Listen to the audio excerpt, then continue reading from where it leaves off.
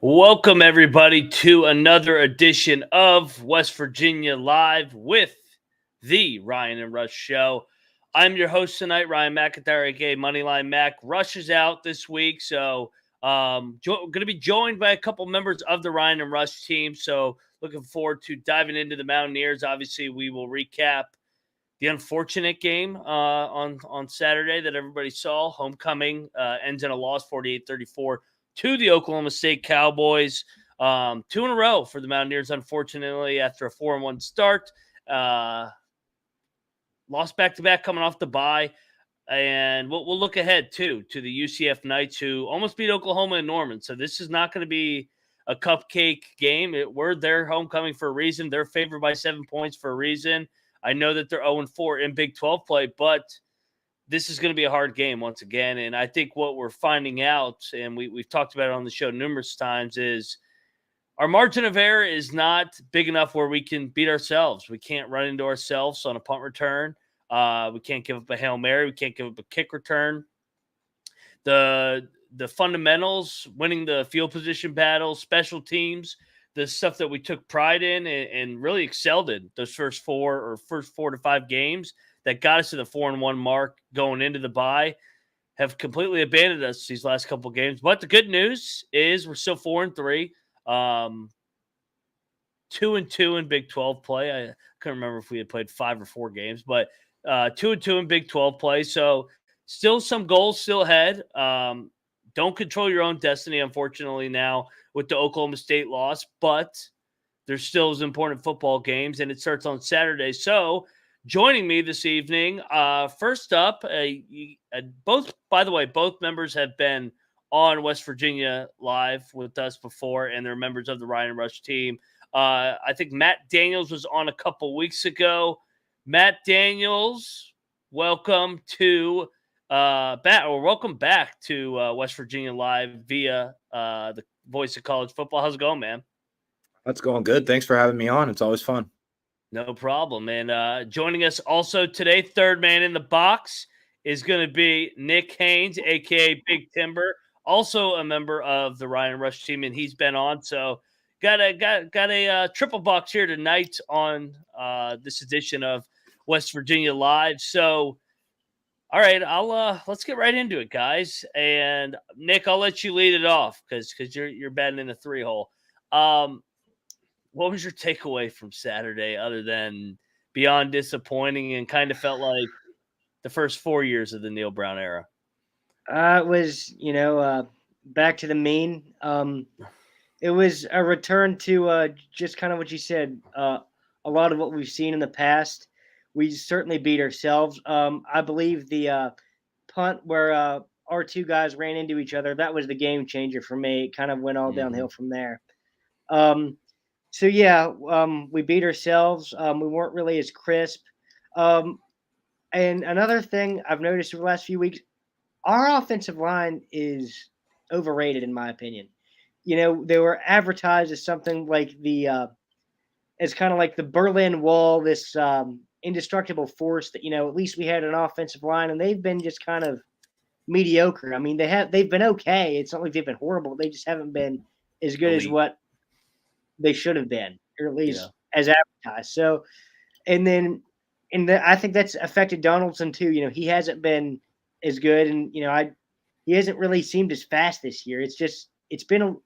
Our strengths haven't been our strengths in the last couple of weeks, and it's been kind of strange.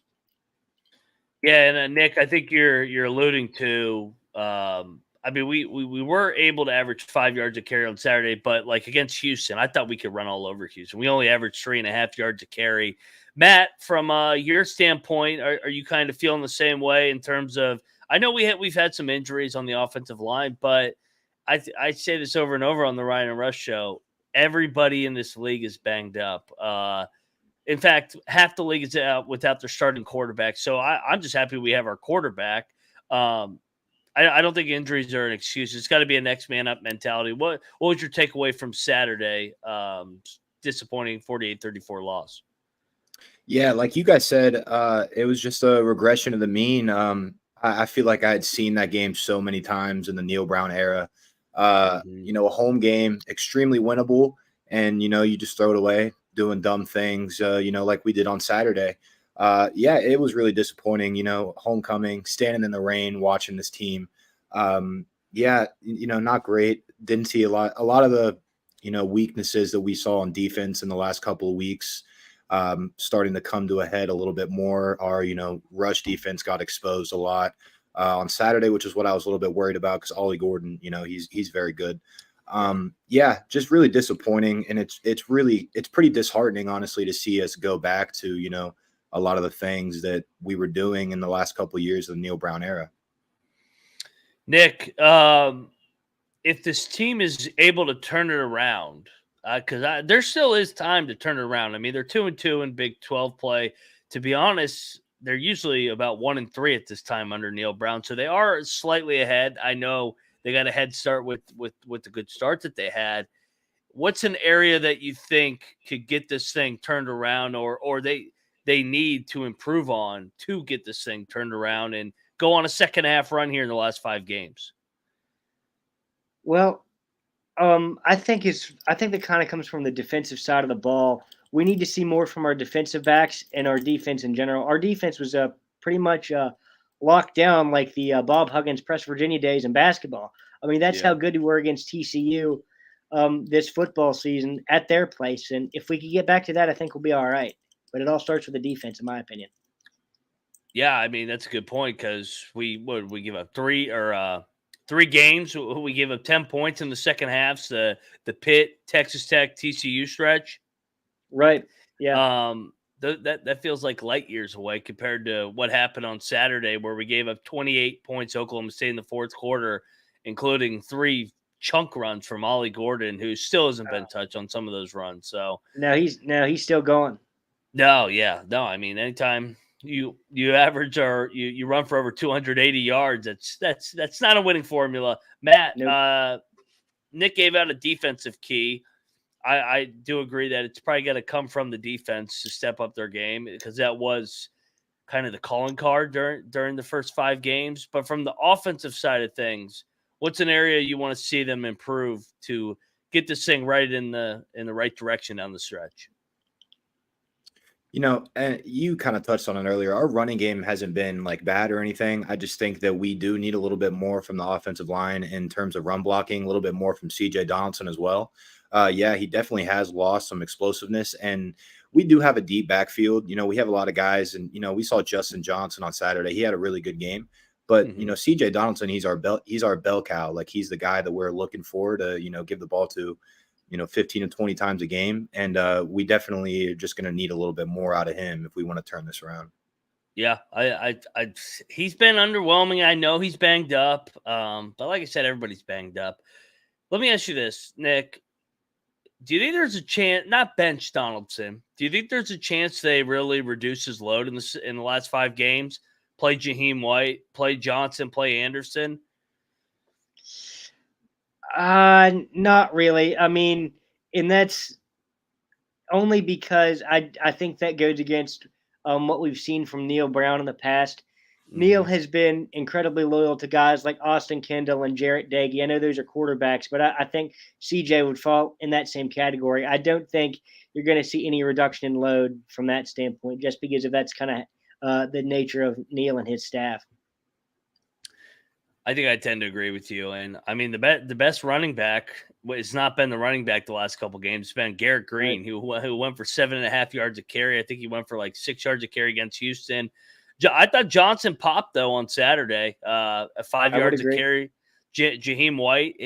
Johnson looked like a guy that had fresh legs. That's what he did at the end of last year. And Anderson had flashes last year. That's why I'm asking. I could see him pulling back a little bit on his workload. I know he only had 13 carries on Saturday, but I mean, you compare the two. Johnson was much more effective going for 5 yards a carry versus Donaldson 3 yards a carry. What is Donaldson under 4 yards a carry average on the year now? I know he was teetering around 4.2, 4.1 going into the last 2 games, but I feel like pulling up CJ Donaldson's stats right now.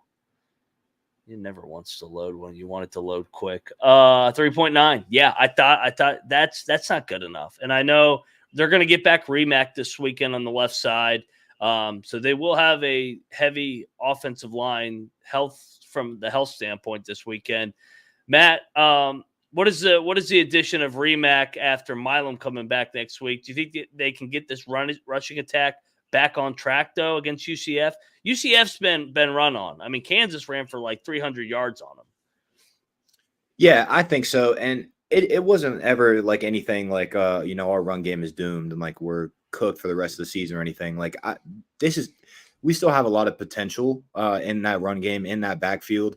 I think we have a really good shot on Saturday to, run the ball effectively. But yeah, I think if we split the carries, a little bit more, I don't think, maybe 15 carries from CJ, but I would still like to see a little bit more out of the other two guys. Cause I feel like it's primarily like the first two guys, like it's either CJ and Jaheim White or CJ and Anderson. I would like to see the other three guys in that backfield get some more work. With a healthy offensive line, I think that, we have a really good shot to run over them on Saturday. Yeah, just pulling up the stats from the rushing side. UCF is averaging. I don't know why UCF's not popping up on this. Mark's in the chat. Great job, guys. Surprised at the UCF. Let's talk the spread. Actually, that I know that this isn't like the most gambling show ever, but we do address the spread and what it can mean in terms of the upcoming matchup. Nick, were you surprised by the 7? I kind of was. I thought it'd be closer to 3. But I sense everybody was impressed with the UCF performance in Norman. They went toe-to-toe with them for 60 minutes. They should have won. They got jobbed by the officials on that interference call.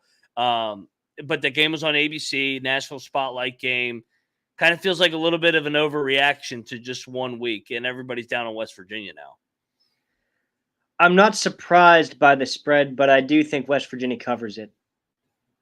I think it'll be closer than 7 points, but I'm not surprised where it opens. It usually opens a little too heavy for my liking anyway. But I guess that's why I'm not a gambler. So, how about you, Matt? Yeah, no, I'm definitely surprised, and I will be putting money on our money line on Saturday for sure. I might regret that, but I think it's a little too high. I was definitely surprised, like Nick said. I was expecting closer to like 3.5. I think we lost the last 2 games, but it's not like we were the worst team in the Big 12 or anything like that. Like that 7 points is surprising. And this UCF team, I know they went into Oklahoma and competed. I still don't think that they're like that good. I don't think they're good enough to be 7-point favorites against us. Yeah, and I also think they were coming off the bye. They were in desperation mode. Oklahoma was overlooking them clearly because they were coming off the Red River shootout. They kind of sleptwalked through that game. 11 a.m. local kick. It kind of was a kitchen sink game for the UCF Knights, but I mean, you got to give them credit. They played their tails off. And you just look at the stats from these two teams. Both teams rank in the top 5 or top 4 in rushing yards, rushing attempts. We still are number 1 in rushing attempts in the Big 12. So both teams are going to want to run the ball against each other. And on the other side of things, both teams can be run on. I mean, we just saw Ollie Gordon run for about 300 yards last week. And then UCF, they like I said, they've been run on by Kansas State. I think their 0-4 record is misleading because they've played Oklahoma, Kansas State. So there's 3 out of the top 4 teams. And then they blew like a 30-point lead to Baylor. So I think it's kind of maybe the spread is more in terms of the UCF Knights are due. But I don't know. I think this is a close game. I think this is actually going to be, if you're an average football fan, not a fan of either team, this is going to be an electric, exciting game because I think it's going to be back and forth. Is that the kind of game? I know, Nick, you think it's going to be close. Is that the kind of game that you're anticipating? I do think it will be relatively close. I could see a scenario where West Virginia wins by between 8 to 10, only because I feel like this could be the UCF emotional letdown spot after the close emotional loss to Oklahoma, closer than a lot of people expected. And to be honest, if this were the Pittsburgh Steelers, we'd be calling this a Tomlin get-up spot for Neil Brown. I could see that working that way for West Virginia this week, coming off of 2 games they should have won. I think this could be a nice rebound opportunity for the Mountaineers. So they could really blow the doors off of this one if they want to. I could see it going either way. How about you, Matt? Yeah, sorry, I just completely lost my train of thought. What did you ask, Nick? I'm so sorry. No, we just asked, do you anticipate this game being a back and forth, exciting game, kind of like the Oklahoma game that we just saw? That's the way I kind of see this thing playing out. I think both teams can run the ball. I think both teams will run the ball on each other, and I think it's going to come down to the final possession. I don't see a blowout in this one because both teams need the damn game. Yeah, for sure. Yeah, it's going to be very intense, very high intensity. Both teams are dying for a win, and I think there's going to be a lot of points put up. Yeah, I don't think either of these defenses are really all that impressive. Yeah, I think it'll definitely be a close game. I just don't see how UCF would cover that 7-point spread. I can't really anticipate us winning by, a touchdown or more. I don't know. I just feel, it'll definitely be a very intense game, but it'll be close, which is bad for us. It's going to be very stressful. Yes, and of course it's a noon game as well. Nick, if you had to give out your number one key to victory for Saturday's matchup against the UCF Knights, what would it be? It would be basically what I said in the beginning of the show: a return to playing lockdown defense. If we could get that rolling again, I think we'll be in great shape for not just this game but for the rest of the year. And Matt, how about you? Oh, sorry. Yeah, I would just like to see the defense get back on track. I don't honestly know if that's even really possible at this point. I feel like they've kind of shown their face at this point in the season. I think really it's funny. The last couple of weeks, our defense hasn't been very impressive, and it's been up to our offense to, kind of keep us in these games. I think it'll probably be more of the same on Saturday. Garrett Green has been really effective throwing the ball the last couple of weeks. I would like to see that continue on Saturday, and I would like to see us, regain our footing in the running game as well. Both good points. All right, let's go back to chat with Mark. What Mark's asking about, and that is in regards to Neil Brown, the $1 million question that we all talked about in the offseason. It was, how many wins does Neil Brown need to save his job? And it kind of, I thought if they lost to Pitt, he was gone. I thought it was done. But he beats Pitt, then they beat Texas Tech, then TCU. Then it's all of a sudden everybody breathed a little bit, relax, and it's like, oh, he's back. We're going to win 9-10 games. And then he loses 2 in a row. And now he's kind of back on the hot seat. I would agree. I don't know, Nick. Let's play out a scenario. We got 5 games left. Let's say they go. I think they're going to go 3-2. I think they're going to finish 7-5. That was my preseason prediction. No reason for me to really sway off of it. I'm not going to overreact to 2 losses. Oh, what's the number for you? Do you think he needs to get to 7 wins? I would agree. I think 7 is the ultimate threshold here. I think anything less than that, it gets a little dicey for Neil Brown. The biggest thing, he needs to look good, to close out the year. You could kind of have a bad middle, but we've seen a lot, especially in the Holgorsen era, where we would just kind of peter out towards the end of the year. I think the fan base, and I would guess the administration too, is just kind of sick of seeing that. We need to finish strong, which has been, if Neil Brown's done anything right in Morgantown, it would be finishing out season strong like last year when he beat Oklahoma State in Stillwater at the end of the year. Granted, it was a meaningless game and it didn't matter, but he still got it done, so we'll see. Matt, how about you? It's a weird situation because he's got to get to 7 wins, but it's almost like he hurt himself going 4-1, where he got everybody's expectations up to then let it down, and now it's like, oh, everybody's just so sick of him again. I still think 7-5 he gets another year. How about you, Matt? Look, my number before the season was 7. Like I felt if he won 7 games, he would be safe. I have a feeling that, if you win 6 games and go to a bowl regardless, I think he's probably back. I don't know if that's the right option. But 6 is probably the number. I think if he makes a bowl game, he'd probably come back. I don't know if that's the right call or not. It really just depends on it just depends on the type of wins or losses we see throughout the season. If we like went to Norman and competed and still went 6-7 or 7-6, I could see that being a big factor in him keeping his job. But yeah, I would if it was me making the decision, it would be go 7-5. Anything less, it's probably time to part ways. But yeah. Well, because 7-5 would be a winning record in the Big 12 too. That means they won 5-4. You won 3 out of your last 5. And to be honest, they should win 3 out of their last 5. Looking at what they have, I mean, we're not penciling any wins because we're on a 2-game losing streak, but BYU and Cincinnati are 2 newcomers at home. Those are 2 games you got to find a way to get. And then I think that they'll have a shot at Oklahoma. I think Oklahoma's fool's gold. I think that they have major holes, especially running the football and stopping the run. But I think that you should be able to get one of the Baylor or UCF games on the road. Is that too much to ask, Nick? I think that's more than reasonable to protect home field and then either win at Baylor or at UCF. Yeah, I think that's essentially the expectation. You need to at least take one of those games on the road. I think the more likely one is Baylor. I'm not really impressed with anything they've done all year. I know they beat UCF, but that seemed like a fluke, and it still feels like one to me. I mean, as far as the Oklahoma game, I'm not really expecting much there, and I don't think anyone really is. But yeah, I just think you need to figure out to at least beat Cincinnati. I mean, I could almost excuse losing to BYU. I think they're a competitive team with Keaton Slovis at quarterback, but Cincinnati, I've been down on them all year. If Neil Brown loses that game, I think he might be gone regardless.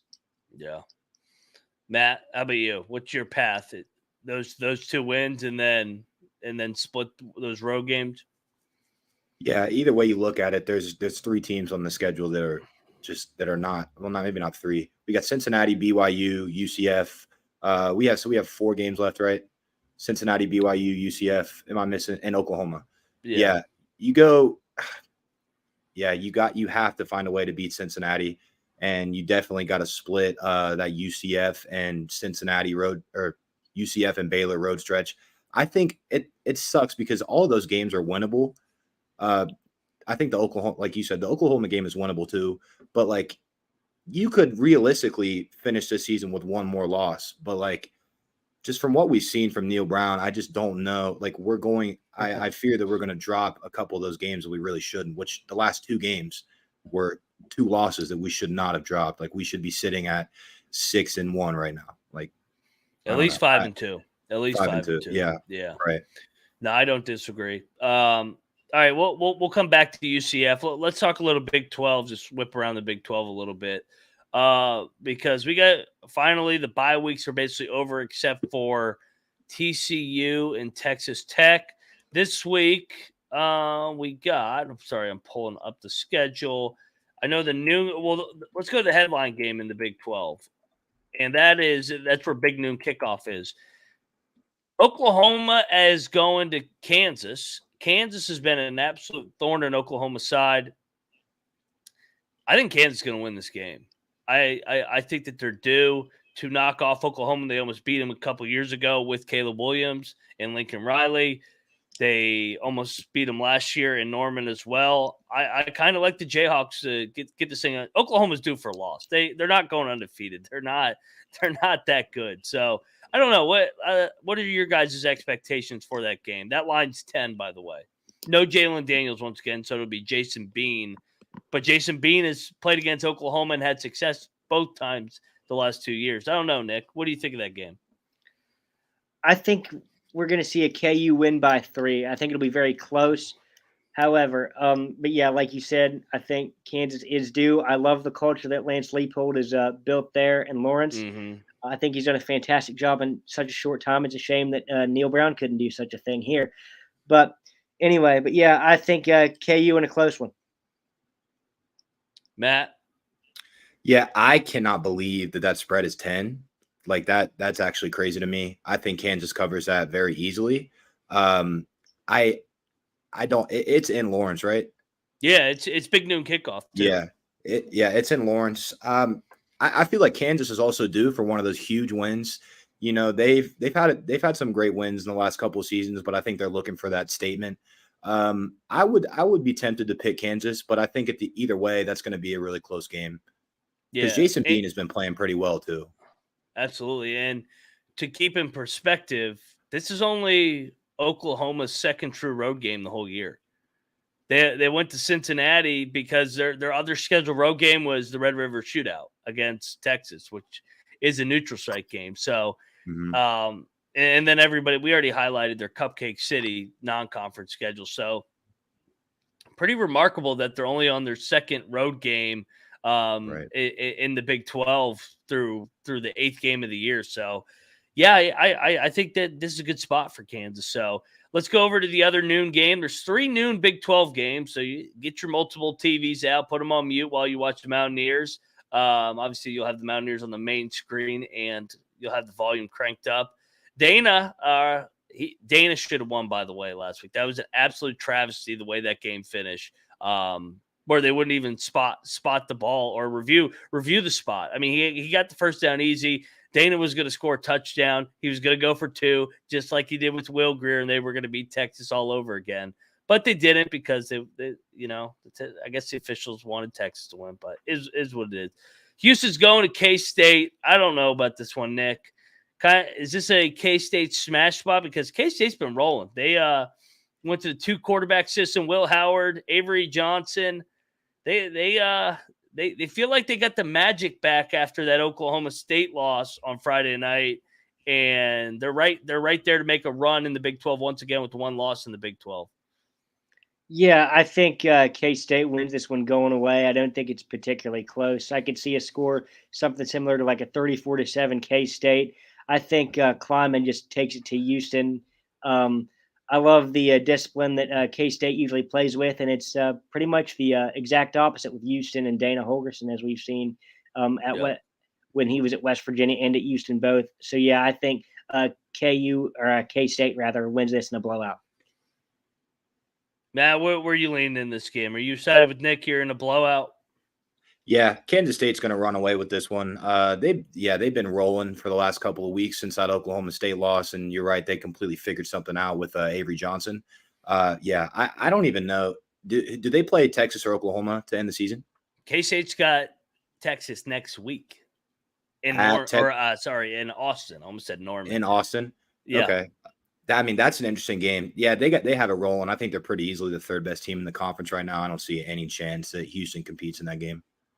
Yeah, feels like a letdown too for Houston, where Houston's played 2 emotional games, obviously for Dana against West Virginia, get the win, should have beat Texas. That's obviously for politics reasons, where Texas blocked Houston getting into the Big 12 for all these years, and Houston got the 1 crack at them.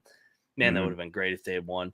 But, oh well, they maybe in the future. All right, let's go to another one. These games are always funky between Iowa State and Baylor. These games always come down to the wire, and that's why the line is 2.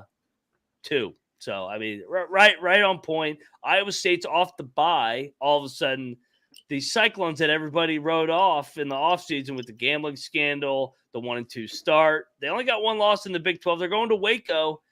Baylor's coming off a Cincinnati win as well, though.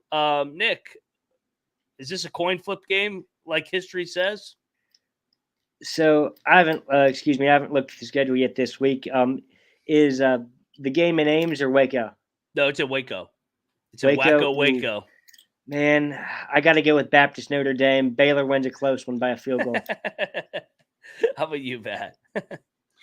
Yeah, I just don't think Baylor has it this year, and Iowa State's got it rolling again. And yeah, sorry, my Siri just went off. Yeah, Iowa State's got it rolling again. I think they'll go on the road and get a win in Waco.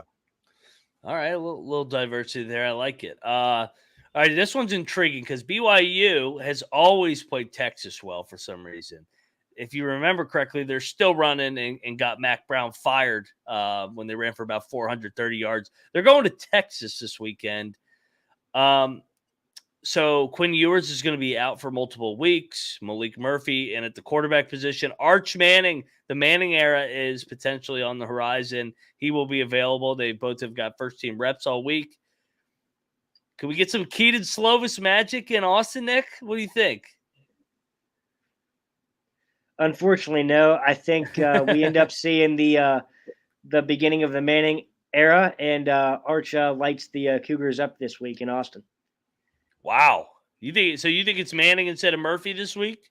Yeah, I think Murphy might take the first couple drives, and then Manning slides in there and basically takes over until Ewers comes back, or maybe not if Manning does well enough. So, good point. But yeah, that's kind of how I see this playing out. I think Texas wins by at least 10. Matt, how about you? What do you think? You think BYU's got a shot, or is it going to be the start of the Manning era? I think they have a chance. I think Murphy and Manning, they could be solid. Obviously, Arch Manning will end up being very good. But I just Texas is vulnerable. They are definitely vulnerable. We saw it last week against Houston. You come off an emotional win like that. You go home to play someone that's definitely, you're considering them a lesser opponent. I think BYU has a chance to keep that close. Texas will probably pull that out, but there's definitely a chance at a close game there. There always is too, especially with Texas always finds a way to give these games away that, like, they'll give away one or two a year that you just don't see coming, and they'll pucker up. And next thing, it almost happened last week. I keep talking about it. It should have happened last week, but yeah, it may happen this week because they got K-State on deck. They're thinking about that. Speaking of look-ahead spots, so by the way, Oklahoma has Oklahoma State the next week, so that is a little bit of a look ahead to the final Bedlam game. Oklahoma State's coming off the big win in Morgantown, unfortunately, that we already recapped. They got Cincinnati coming to them. I know Cincinnati's been not good, Emory Jones, but this is a tricky spot for Oklahoma State because you got to think Gundy's Super Bowl is against Oklahoma next week. I feel like this is a sleepy spot for Oklahoma State against not a very good Cincinnati team. I don't know, Nick. What do you think of this game? So, as you know, I have not been very high on Cincinnati all year. I've probably been the most down on Cincinnati as anyone. Mm-hmm. But I do think Cincy keeps this one relatively close because of the emotional look-ahead factor with Bedlam being the following week. But ultimately, I think Oklahoma State wakes up and wins this probably by a touchdown. Line 7.5. So there you go. Right on it, Nick. I think that's very close. How about you, Matt? Yeah, it's a classic trap game. I don't know if Cincinnati has enough at the end of the day to win that, especially in Stillwater. But I could definitely see Cincinnati staying within a touchdown. But yeah, ultimately Oklahoma State will win that game. Big picture wise, how do you guys see this thing shaking out these last 5 games? I think everybody's got, with the exception of TCU, like I said, TCU and I think Texas Tech. I think they play Thursday night next week. So after Saturday, everybody will have 4 games. Almost everybody has 5 games. Gun to your head right now, Nick, who wins the Big 12 with 5 games to go? Who's your pick and who's your championship? It's not the Mountaineers, unfortunately, probably right now. Yeah. I don't take any pleasure in saying this, but I think it's a Texas-Oklahoma championship in Dallas, unfortunately, which I think Oklahoma wins another one and the media gets to cry in their beer over Texas not being very good again. So, yeah, that's kind of how I see the conference playing out. Unfortunately, it is a send-off for the Sooners and the Longhorns in Dallas. Matt, same game. You riding with Red River Shootout Part 2? I'm thinking that's the most realistic scenario, obviously, but next weekend in Austin, that's definitely interesting because K-State could definitely go in there and win that game. My Siri went off again. That's crazy. Yeah, K-State could definitely go in there and win that game. Yeah. K-State wins that game, they're going to the championship. And K-State, Oklahoma, I think Oklahoma pretty much a lock to make it to Arlington at this point. That game next weekend in Austin is huge, and I think K-State has a really good shot of winning that game, and I think they might be in Arlington. But I would say most likely it will be Texas and Oklahoma. That's just so boring. I don't want to see that. And I don't know if the Big 12 wants to see that either. It ain't going to be Texas, Oklahoma. There's no way. Somehow it will not be. I kind of don't think either is going to make it. I think both are not playing their best football down the stretch. I think next weekend's the weekend, though. You guys mentioned it. Quietly, I know they just beat us. Mike Gundy and Oklahoma State only have one loss in the Big 12. They don't play Texas. They play Oklahoma at home, which is going to be their Super Bowl. So they control. If they win that, all of a sudden they have the tiebreaker over Oklahoma, and that's not even including if Oklahoma potentially loses this weekend in Kansas, which we all think that they're more than capable of doing. Looking at Oklahoma State's schedule after that, though, I mean, they got UCF, Houston, and BYU. So they got four newcomers in Oklahoma in their final 5 games, and they only have one conference loss. They did their job. They beat K-State. They beat Kansas. They beat us, unfortunately. I don't know. You guys think Gundy can pull off a miracle here and spoil the Red River Shootout? I think it's possible, but I just don't see it happening. I mean, Oklahoma has kind of always been the problem game for Gundy and the crew. I don't see it happening this year. I mean, I respect what he's done the back half of the year, rebounding after that terrible loss to South Alabama, but I just don't think it's in the cards this year. He's such a good coach. I mean, I hate to beat a dead horse. We got outcoached on Saturday. Just the execution. They made the adjustments in the fourth quarter. I know our guy fumbled. That's not Neil, but when it happens over and over, week in and week out, then it becomes a coaching issue. I agree that one isolated incident isn't coaching, but when it's happened for 4 straight years, week in and week out, at some point you got to look yourself in the mirror and it's coaching. I mean, would you agree with that, Matt?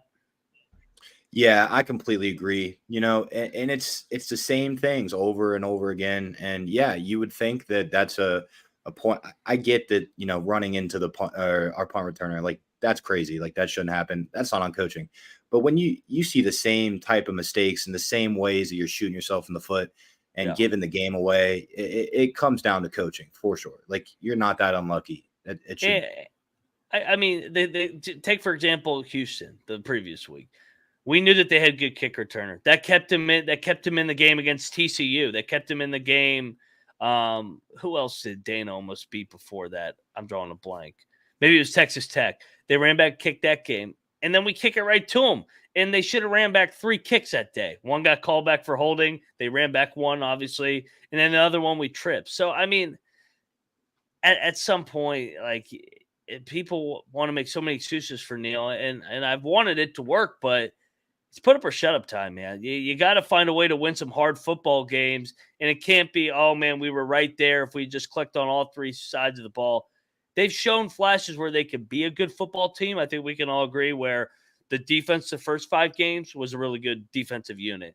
The offense the last 2 games has been a really good offensive unit, to be honest. They've had chunk plays. If they can put it all together, but that's been the whole Neil Brown era. Can they put it all together? I don't know. I can't bank on it happening. It hasn't happened yet, and we're in year 5 of the quote unquote climb that everybody wanted to talk about 5 years ago, which I personally hated the name. It basically was accept mediocrity while we're not producing results. While TCU goes to the national championship in the first year at Sonny Dykes, Chris Kleiman at K-State goes to wins the Big 12 in year number 4. Matt Campbell's won the Big 12 or got to the Big 12 title within first 4 or 5 years. If K-State and Iowa State can do it, we can do it at West Virginia. There's no excuse. So that was a little bit of an event session for me. All right, let's go back to the game, though, before we get out of here. Final predictions, guys. Final score prediction and a cliff note on, for if you think somebody's going to have a big play or a big kick return or a forced turnover, something along the lines of that. So score prediction and bold prediction in this game. Lead you off, Nick. So I think West Virginia wins this one by 10 in Orlando, 27-17 West Virginia. And the kind of the shocker here is Garrett Green throws 2 touchdown passes. That's a big game through the air. I hope you're right, man. Matt, where are you going for this game?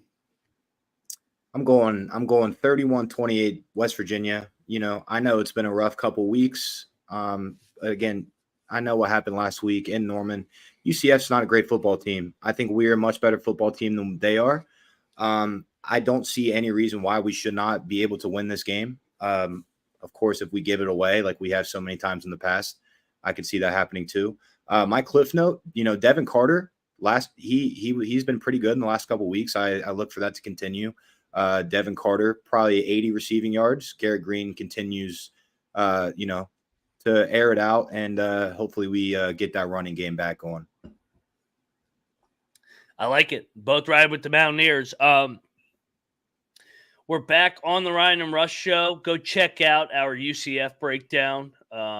We had Andy Eden over from the Sons of UCF to break down from the UCF side of things. You got to call them UCF Knights. You can't call them the Central Florida Golden Knights. They have like 5 names that they get offended by down there. I think it's ridiculous, but sounds pretty woke to me. Yeah, yeah, it's it's something.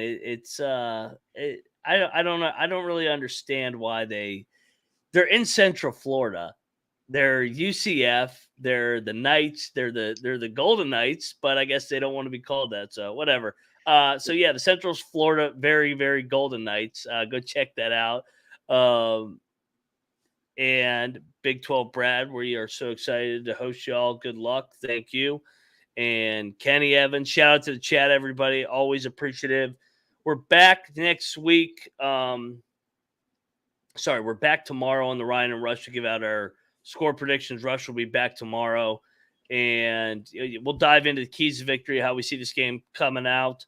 I'm not going to give away my score prediction, but I do kind of lean to your guys' side. But yeah, go check out the UCF episode.